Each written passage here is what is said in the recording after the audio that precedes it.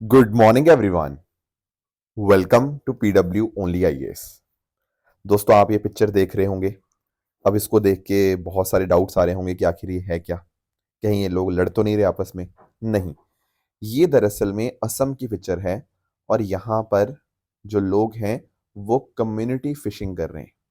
दरअसल में आज के टाइम असम में फेस्टिवल सेलिब्रेट हो रहा है, माघ बिहू। उसी के सेलिब्रेशन के तौर के ऊपर सब लोग मिलकर इस तरह से कम्युनिटी फिशिंग यहाँ पे करते हैं। और एक्चुअली बहुत ही इंटरेस्टिंग टाइम है हमारे देश के अंदर, क्योंकि इस टाइम ना देश में अलग अलग फेस्टिवल्स बनाते हैं। मैं आपको बताता हूँ, आप लोगों को पता होगा।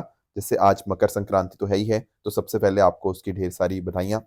बाकी अगर हम देश भर की बात करें ना, तो इस दिन हम देश भर में अलग अलग फेस्टिवल सेलिब्रेट करते हैं। जैसे कल पंजाब में हमने लोहड़ी सेलिब्रेट किया। उसी तरह से तमिलनाडु में पोंगल सेलिब्रेट किया जाता है, जहां पर जो लोग होते हैं वो स्पेशल राइस डिश बनाते हैं और सेलिब्रेट करते हैं पोंगल फेस्टिवल को। उसी तरह से आंध्र प्रदेश में मकर संक्रांति सेलिब्रेट की जाती है, मध्य प्रदेश में भी, ओडिशा में भी और महाराष्ट्र में भी। सिमिलरली अगर हम बात करें, असम में आपको भोगाली बिहू, जहाँ पर लोग साथ में मिलकर खाना खाते हैं और सेलिब्रेट करते हैं।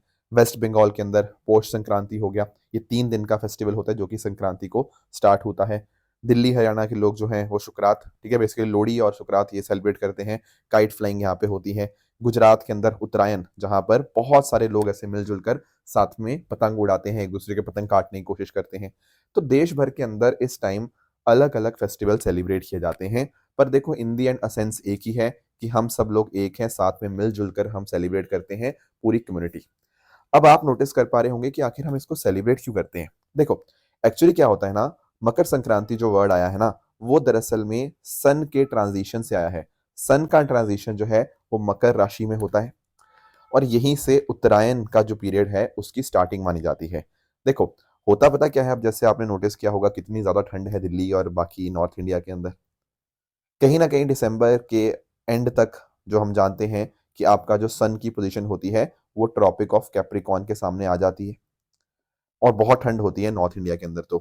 तो इसके बाद हम नोटिस करते हैं ना कहीं जो आपका सूरज है, अब वो थोड़ा नदर्न हेमिस्फेयर के सामने आने लग गया है।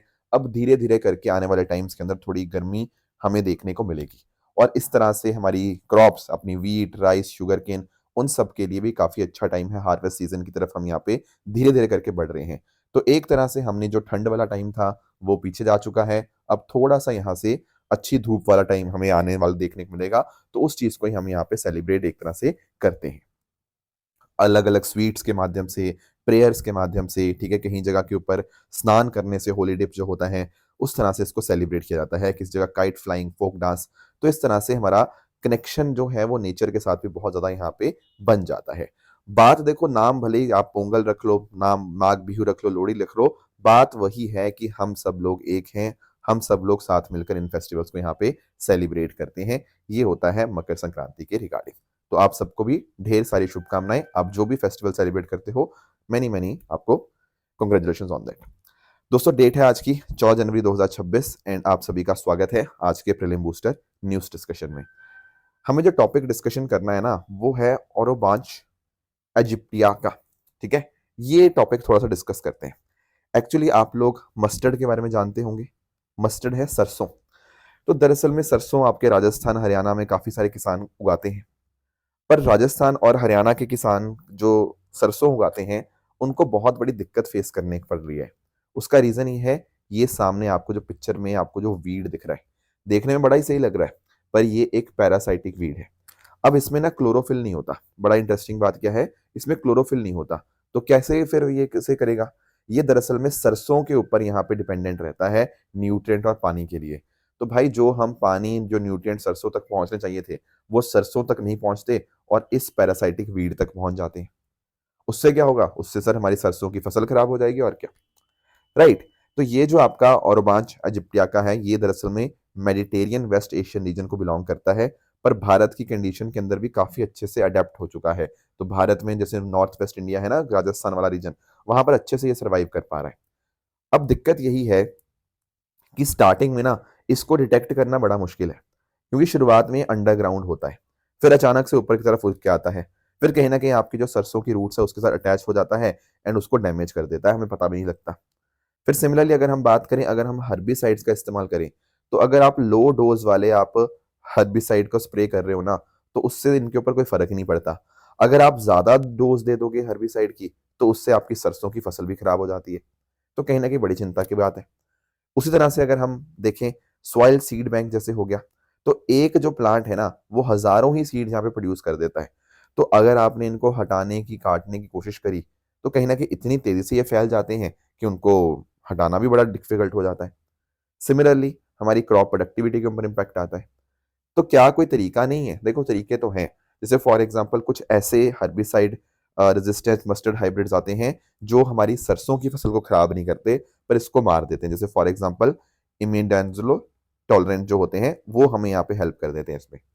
उसके अलावा अगर हम क्रॉप रोटेशन को इस्तेमाल करें, क्रॉप रोटेशन में क्या होता है, अलग अलग क्रॉप्स की सक्सेसिव कल्टीवेशन होती है एक स्पेसिफिक ऑर्डर में। मतलब सेम ही खेत के अंदर आपने क्या किया, एक पर्टिकुलर ऑर्डर के अंदर अलग अलग क्रॉप्स को उगाया। हमने एक सिंगल क्रॉप सिस्टम अडॉप्ट नहीं किया, यहाँ पे क्रॉप रोटेशन करी। उससे क्या हुआ, उससे हमने न्यूट्रिएंट्स को भी यहाँ पे मैनेज कर दिया, and at the same time जो वीड्स थे, इनकी ग्रोथ को भी, इनके साइकिल को भी एक तरह से हम तोड़ देते हैं। इसके साथ ही इंटीग्रेटेड वीड मैनेजमेंट करें हमारी एग्रोनॉमिक प्रैक्टिसेस, केमिकल मेथड्स के माध्यम से, तो ये वीड मैनेजमेंट यहाँ पे पॉसिबल है। पर आज के समय थोड़े किसान चिंता में है क्योंकि उनकी फसल खराब हो रही है। So that is why we have discuss this topic also. Next आते हैं अगले टॉपिक पे, दैट इज भैरव बटालियन। अब ये बड़ा इंटरेस्टिंग टॉपिक है। देखो, कल है 15 जनवरी, और 15 जनवरी को हम सेलिब्रेट करेंगे आर्मी डे, और इसी मौके पे परेड भी होगी जयपुर राजस्थान के अंदर। अब उस परेड में ना जो भैरव बटालियन है ये भी पार्टिसिपेट करेंगे। अब आप सोच रहे होंगे ये भैरव बटालियन है क्या? देखो, भैरव बटालियन कोई ऑफिशियल नेम नहीं है, ये एक बहुत ही पॉपुलर निक नेम है। ठीक है, दरअसल में पता क्या है, अब आप लोग जानते हैं कि हमें आर्मी को अपनी मॉडर्नाइज करना है। अब हमारी आर्मी बहुत अच्छी है, इसमें कोई डाउट की बात नहीं। पर कई बार ऐसा हो सकता है कि हमें बहुत ही कम टाइम के अंदर, बहुत ही क्विकली हमें यहाँ पे किसी चीज को रिस्पॉन्स देना हो। तो उस केस में क्या हो जाता है, थोड़ा सा हमें प्रिपरेशन में टाइम लग जाता है। पर नहीं, हमने भैरव बटालियन जो बनाई है ना, उसका काम यही है कि अगर आपको आज भी बोल दिया गया कि फाइट टू नाइट, अभी के अभी यहाँ पे लड़ो, तो ये बिल्कुल शॉर्ट नोटिस के ऊपर डिप्लॉय हो चुके हैं, क्योंकि इनकी ट्रेनिंग ही इस तरह से हुई है। जो आपके ऐसे मिशन होते हैं ना, जो अपने आप में बहुत ही हाई रिस्क होते हैं, हाई इम्पैक्ट मिशन होते हैं, उनके लिए हमने ये स्पेशल फोर्सेस को यहाँ पे बनाया है। ध्यान रखना, इनका नाम स्पेशल पैरा फोर्सेस ही है। ये जो भैरव बटालियन है, इनका एक आपको निक नेम आपको देखने को मिल जाएगा। तो कल को कोई यहाँ पे भारत में टेररिज्म की बात करे, तो काउंटर टेररिज्म ऑपरेशंस के अंदर यहाँ पे ये रोल प्ले करेंगे। क्रॉस बॉर्डर, बॉर्डर में जाके कहीं रेड वगैरह करनी है, वहां पर काम कर सकते हैं। कहीं पर कई बार होता है ना, कोई हॉस्टेज रख लिए जाते हैं, जैसे अपना किसी को बंदी बना लिया जाता है कई बार हमारे लोगों को। कई बार जैसे मान लो कल को लेट से कोई कोई जहाज को कोई वो कर दिए, तो उस केस में वहां पे कैसे उनको रेस्क्यू करने के अंदर रोल प्ले करना है, बहुत ही कम टाइम के अंदर वो सारी चीजें इनको यहाँ पे सिखाई गई हैं, क्योंकि इनकी ट्रेनिंग ही इस तरह से हुई है। तो आज के समय जिस तरह से टेक्नोलॉजी का रोल बढ़ता जा रहा है, हाइब्रिड वॉरफेयर होता जा रहा है, उसी तरह से इनको डिजाइन किया गया है ताकि ये हर एक सिचुएशन को लड़ने के लिए यहाँ पे रेडी रहें। एक्सट्रीम कंडीशन के अंदर भी आपका कोई दिक्कत ना आए, that is the whole reason. तो इनमें ना देखो, ऐसा 800-900 लोग नहीं होते जैसे नॉर्मली हम इन्फेंट्री बटालियंस में देखते हैं। यहाँ पे 200 से 250 सोल्जर्स ही होते हैं, और यहाँ पर हर एक प्रकार के, जैसे infantry, artillery, signals, air defence, इसमें सब कुछ होता है। एंड इस तरह से 15 बटालियन हमने रेस करी है, और हमारे राजस्थान डेजर्ट वाला area, Jammu, Ladakh, north east, इस तरह से सेंसिटिव बॉर्डर्स के ऊपर हमने यहाँ पे करी हैं, और इस तरह से हम इसको 25 बटालियन इनकी बना लेंगे। अब ये वर्ड भैरव कहाँ से आया? देखो, भैरव वर्ड आया है भगवान शिव से। भगवान शिव का जो तांडव वाला रूप है ना, जो फायर फॉर्म है, उसको भैरव बोलते हैं। कहीं ना कहीं वो डिस्ट्रक्शन को दिखाता है। तो पॉइंट यही है कि अगर किसी दुश्मन देश ने भारत के ऊपर नजर लगाने की कोशिश करी, तो हमारी जो भैरव बटालियन है उसको यहाँ पे इस तरह से डिस्ट्रॉय कर देगी। अभी तक, क्योंकि देखो 2025 में ही हमने अपनी आर्मी मॉडर्नाइजेशन के तौर पे उनको बनाया है, तो अभी तक इन्होंने कभी आर्मी डे की परेड में पार्टिसिपेट नहीं किया था, पर पहली बार ऐसा होगा कि भैरव बटालियन भी यहाँ पे पार्टिसिपेट करेंगे। अब ध्यान रखना, ये केवल इनका एक निक नेम है अपने आप में ये एक पैरा यूनिट ही है, ठीक है ना, जो आपका स्पेशल फोर्सेस टाइप बटालियन ही है, लाइट कमांडो। इनका एक्चुअल नाम ये नहीं है, ये तो हम इनको पॉपुलरली बुलाते हैं भैरव बटालियन के नाम से। ऑफिशियल डिफेंस डॉक्यूमेंट्स में ये नाम इस्तेमाल नहीं होता है, तो ये बात भी आपको थोड़ा ध्यान रखनी है। नेक्स्ट आते हैं अगले टॉपिक पे, that is your topic of personality rights. अब देखो मैं आपको एक एग्जांपल देता हूं। अब जैसे कई बार आप लोग एडवर्टीजमेंट्स देखते होंगे, है ना। कई बार जैसे आपको एड में अंदर विराट कोहली देखने को मिलता है, शाहरुख खान देखने को मिलता है, अमिताभ बच्चन देखने को मिलते हैं, राइट। ये सब इस तरह से आपको एडवर्टीजमेंट्स करते हैं अलग अलग चीजों की, ठीक है। कोई टायर की एडवर्टीजमेंट कर रहा है, कोई कोई पान मसाला की एडवर्टीजमेंट कर रहा है, कोई किसी और चीज की एडवर्टीजमेंट कर रहा है। अब ये जो लोग बोलते हैं ना, उसका इम्पैक्ट हम लोगों के ऊपर होता है ना। जैसे मैं विराट कोहली को पसंद करता हूं, तो इट इज पॉसिबल कि यार कि विराट कोहली कोई बात बोले तो मैं शायद वो प्रोडक्ट जाके खरीद लूं, समथिंग लाइक दैट, ठीक है सर। और आप लोग जानते होंगे कि भाई इन लोगों को तो करोड़ों करोड़ रुपए मिलते हैं किसी ब्रांड को इंडोर्स करने के लिए, किसी ब्रांड का एड डालने के लिए, है ना, मिलते हैं पैसे, बिल्कुल ऑब्वियसली। पर देखो, अब जैसे अब तो सर आ गया है हमारे पास आर्टिफिशियल इंटेलिजेंस। अब एआई का इस्तेमाल करके हम तो वीडियोस बना सकते हैं आराम से। बना सकते नहीं बना सकते, बिल्कुल। आप लोग देखते होंगे आजकल तो इतनी सारी फेक वीडियोस एआई के माध्यम से बनी हुई देखने को मिलती हैं। तो कल को मान लो मैंने पता क्या किया, मैंने एआई का इस्तेमाल किया और मैंने विराट कोहली की एक वीडियो बना दी, बिल्कुल उसी का चेहरा, उसी की आवाज, और मैंने यहाँ प्रमोट करवा दिया कि ऋषभ शर्मा सर इंडिया के बेस्ट सीसैट टीचर हैं। अब लोगों को लगेगा भाई विराट कोहली इंडोर्स कर रहा है कि नहीं। तो ये तो गड़बड़ हो जाएगी ना यार। देखो, विराट कोहली के नाम का गलत इस्तेमाल हो जाएगा ना, जो कि हो भी रहा है। तो एक्चुअल में ना यहाँ पर क्या कोई तरीका नहीं है कि ये लोग अपनी प्रोटेक्शन यहाँ पे कर पाए, अपने राइट्स के प्रोटेक्शन कर पाए? Answer is there is, we do have the personality rights. जो भी इस तरह से बड़े बड़े सेलिब्रिटी पर्सनैलिटीज होते हैं ना, उनके पास ये पर्सनैलिटी राइट्स होते हैं। एक्चुअली आप यहाँ पे अंडरस्टैंड करना, ये जो पर्सनैलिटी राइट्स हैं ये यहाँ पे हमारे पास हैं under article 21 of the constitution. Article 21 आपको पता है, right to life, privacy and human dignity की बात करता है। तो इन पर्सनैलिटीज के पास भी ये पर्सनैलिटी राइट्स होते हैं। अपनी आइडेंटिटी के ऊपर कंट्रोल करना इनकी पर्सनल लिबर्टी के अंतर्गत ही आता है। तो कोई भी इंडिविजुअल का नाम, उसकी इमेज, उसकी पसंद, उसकी वॉइस, उसका सिग्नेचर, उसके और जो भी ऐसे एट्रीब्यूट्स जिसके उसको आइडेंटिफाई किया जा सकता है ना, उनके ऊपर उनको लीगल प्रोटेक्शन दी गई है।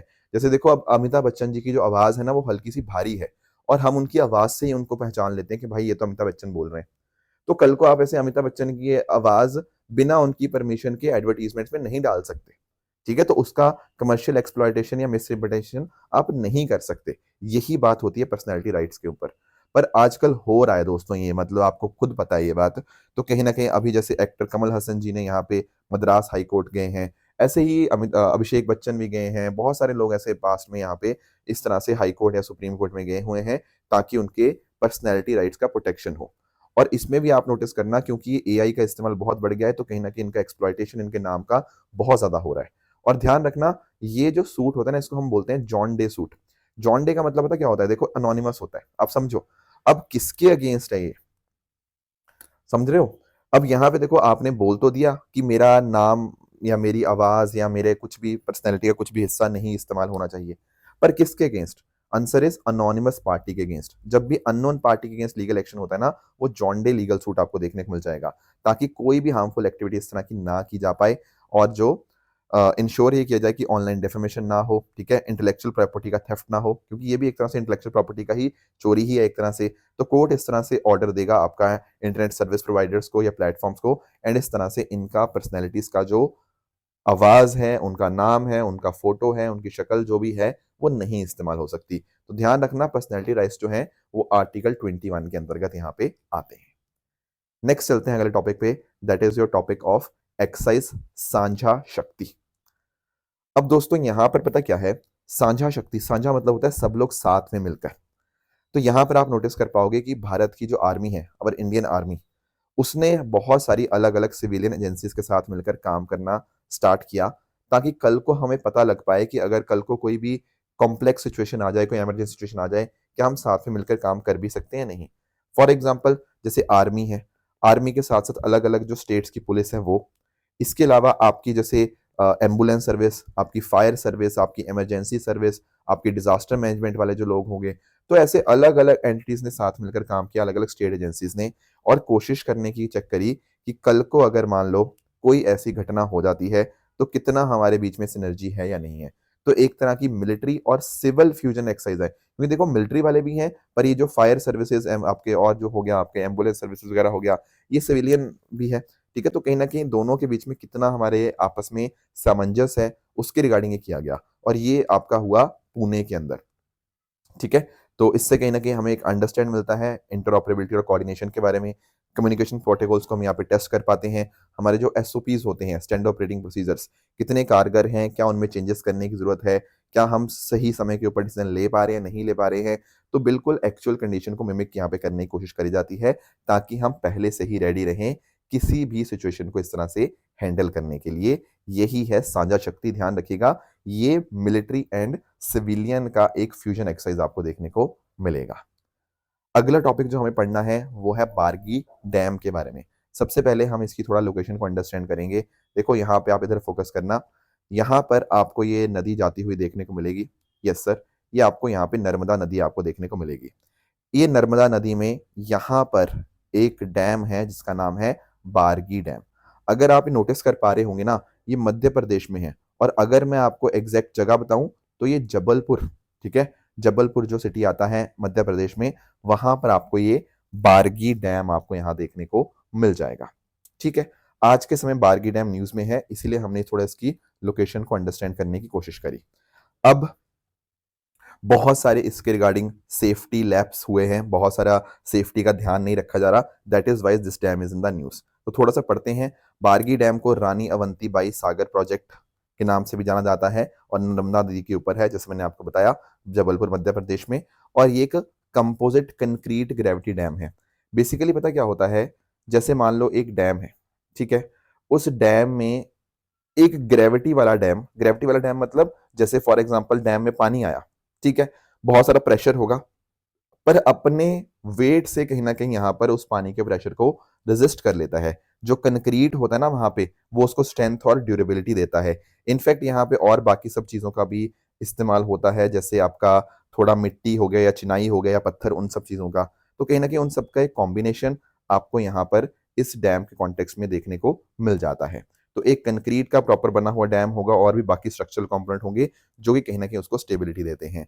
अब ये डैम जो था ये 1990 में खत्म हुआ, कंप्लीशन हुआ इसका कंस्ट्रक्शन, एंड काफ़ी इंपॉर्टेंट ये बन जाता है क्योंकि इसके काम बहुत सारे हैं।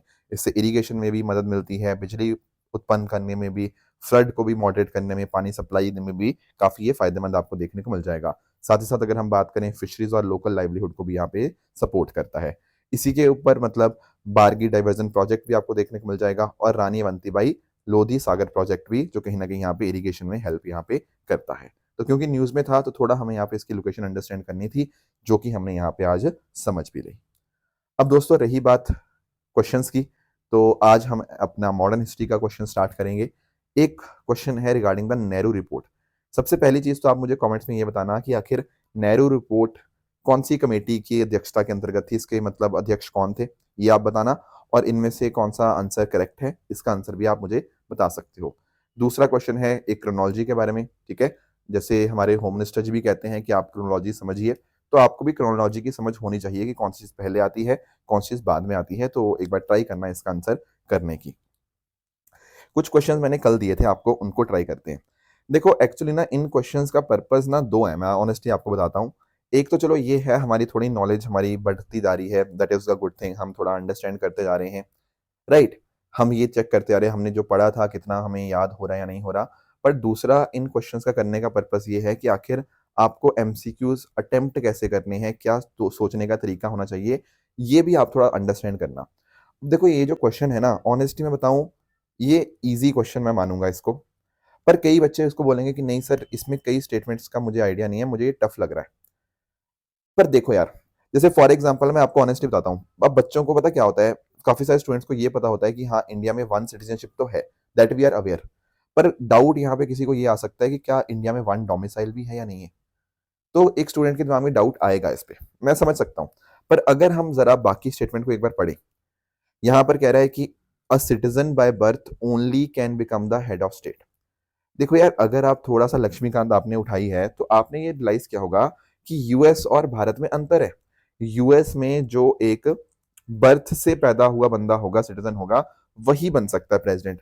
बट इंडिया में ऐसा नहीं है। अगर कोई नेचुरलाइज सिटीजन हो वो भी हेड ऑफ स्टेट बन सकता है भारत के अंदर। तो जो सेकंड बात है ये इंडिया के कॉन्टेक्स्ट में गलत है, तो सेकंड तो बिल्कुल इनकरेक्ट है। और जैसे आप सेकंड इनकरेक्ट करोगे आपके दो ऑप्शन तो गलत हो गए, ठीक है। एक बार तीसरा पढ़ लो। तीसरा कह रहा है कि भाई अगर एक फॉरेनर को एक बार हमने सिटीजनशिप दे दी, उसको हम कभी भी डिप्राइव नहीं कर सकते अंडर एनी सर्कमस्टांसेस। देखो यार, अगर ना एक लाइन एक्सट्रीम होती है ना, तो आप थोड़ा समझा करो, ये इससे बड़ी एक्सट्रीम लाइन क्या होगी कि भाई दुनिया में कुछ भी हो जाए, कुछ भी हो जाए, हम कभी भी किसी फॉरेनर को दी हुई सिटीजनशिप उससे वापस नहीं ले सकते। Is it really possible? आप यही प्रैक्टिकल लग रहा है आपको? आप खुद देखो यार, इनफैक्ट अगर आपको ये पता भी नहीं है तो भी आप इसको गलत मार्क कर दोगे, पर एक्चुअली पता भी होना चाहिए आपको कि अगर मान लो किसी पर्टिकुलर फॉरेनर ने फ्रॉड से अपनी सिटीजनशिप को ऑब्टेन किया हुआ है, भारत के संविधान को, कॉन्स्टिट्यूशन को डिसलॉयल्टी उसने शो करी है, ठीक है, कहीं ना कहीं एनिमी के साथ कोई इस तरह से अनलॉफुली इंफॉर्मेशन एक्सचेंज करी हुई है, राइट, और बहुत सारे ऐसे केसेस होते हैं, उस केसेस के अंदर हम उसकी सिटीजनशिप को हम यहाँ पे रिमूव कर सकते हैं, मतलब उसको ले सकते हैं, उसको खत्म कर सकते हैं, ठीक है ना। तो ये जो थर्ड स्टेटमेंट है ये तो बिल्कुल ही गलत है, और थर्ड स्टेटमेंट गलत हुई, आपका आंसर आ गया ऑप्शन नंबर ए, राइट। तो आंसर यहाँ पे क्या है? One only is the correct answer. तो भारत में एक सिंगल सिटीजनशिप और एक सिंगल डोमिसाइल हमें यहाँ पे देखने को मिलता है, तो option A one only is the correct answer. तो प्लीज इस बात को अंडरस्टैंड करना, आंसर आना अच्छी बात है, पर आंसर तक पहुंचना कैसे है वो भी थोड़ा समझना स्टार्ट करो इन एमसीक्यूज की प्रैक्टिस के साथ।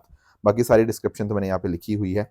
अब दूसरा क्वेश्चन यहाँ पे ये था कि प्रोहिबिशन की जो रिट है ये इसका पर्पस क्या होता है। आई एम वेरी श्योर ये क्वेश्चन इजी है, ये तो आप लोगों ने कर लिया होगा, पर यहाँ से सीख हम ये सकते हैं कि कई बार ना हमें पता क्या होता है, हम ऐसे मान लो प्रोहिबिशन का आपने क्वेश्चन आया और आपने इसका सही आंसर कर दिया कि हाँ सर इसका आंसर सही है, पर एक्टिव रिकॉल यहाँ पे आप थोड़ा सा दिमाग में कर सकते हो, थोड़ा सा सोचने की करा करो कि अच्छा यार कौन कौन सी रिट्स थी जो मैंने पढ़ी थी, अच्छा एक हेबियस कॉर्पस था, एक मैंडेमस था, और कौन सी थी, है ना। ऐसे दिमाग में एक बार अपने क्वेश्चंस मार्क किया करो, अच्छा इनमें अंतर मुझे याद है या नहीं याद है, ऐसे दिमाग में थोड़ा सा आपने क्वेश्चन पूछने स्टार्ट किए ना कहीं वो चीज लंबे टाइम तक रिकॉल होनी शुरू हो जाएगी। जैसे फॉर एग्जाम्पल आपको पता है हैबियस कॉर्पस का मतलब क्या होता है? To produce the body, right. इसके बारे में पढ़ लेना, मतलब आपने सब ये लक्ष्मीकांत में पढ़ा ही हुआ है। मैंडेमस का होता है वी कमांड, ठीक है, वी कमांड की जो आपके पब्लिक ऑफिशियल्स हैं वो कहीं ना कहीं अपनी ड्यूटी को फुलफिल करें। क्यू वारंट का मतलब होता है व्हाट इज योर अथॉरिटी, ठीक है, क्या आपकी अथॉरिटी है जो आपने ये जो भी आपने पब्लिक ऑफिस होल्ड किया हुआ है उसको आपने होल्ड करने की। सर्शरी की बात होती है, देखो सर्शरी की जब बात होती है ये होता है सर्टिफाइड, या फिर ये एक तरह का करेक्टिव ऑर्डर आप यहाँ पे कह सकते हो। प्रोहिबिशन में क्या होता है, वो एक प्रिवेंटिव ऑर्डर आप यहाँ पे इसको कह सकते हो, कि मान लो अगर कोई सुप्रीम कोर्ट देता है या हाई कोर्ट देता है किसी लोअर कोर्ट या ट्रिब्यूनल को कि आप अपनी जुरिस्डिक्शन के बियॉन्ड जा रहे हो, तो उस केस में यहाँ पर एक प्रिवेंटिव रेट यहाँ पे लगाई जा सकती है, ठीक है ना। तो बाकी आप लोग जानते होंगे सुप्रीम कोर्ट आर्टिकल 32 में इशू करता है और हाई कोर्ट आर्टिकल 226 में। और साथ साथ आपको ये भी पता होगा कि जो रिट जुरिस्डिक्शन है वो हाई कोर्ट की क्या होती है, it is much wider as compare to supreme court. अब आप मुझे बताओगे ऐसा कैसे हो गया, हाई कोर्ट की रिट जुरिस्डिक्शन वाइडर कैसे होती है सुप्रीम कोर्ट में, सुप्रीम कोर्ट के मुकाबले? ये क्वेश्चन आप मुझे जरा कमेंट्स में बताना। तो इसका आंसर क्या हो जाएगा? Option C. तो ऐसे थोड़ा एक्टिव रिकॉल से किया करोगे ना तो लंबे टाइम तक चीजें थोड़ा रिटेन रह जाती हैं। रही बात ट्रू एंड फॉल्स स्टेटमेंट्स की, इन स्टेटमेंट्स को पढ़ना, बताना कौन सा सही है कौन सा गलत है। एंड साथ ही साथ जो मैंने कल होमवर्क दिया था, एक था ओरेशनिक मिसाइल के बारे में, तो ये चाइना के कॉन्टेक्स्ट में नहीं बल्कि आपकी रशिया के कॉन्टेक्स्ट में है। So that is by first statement is your incorrect statement. Operation Hawkeye strike की बात करें तो ये जो आपका था ये यूएसए के साथ लिंक था, तो सेकंड इनकरेक्ट हो जाएगा। आपके जो कैट बॉन्ड्स हैं या कैटास्ट्रॉफिक बॉन्ड है, तो ये जो है आपके कहीं ना कहीं बिल्कुल आपका जो स्टेटमेंट गिवन है बिल्कुल करेक्ट आपको देखने को मिल जाएगा। तो ये थी हमारी आज की डिस्कशन। इसी तरह से आप सब लोग हार्डवर्क करते रहिए। All the very best, thank you so much.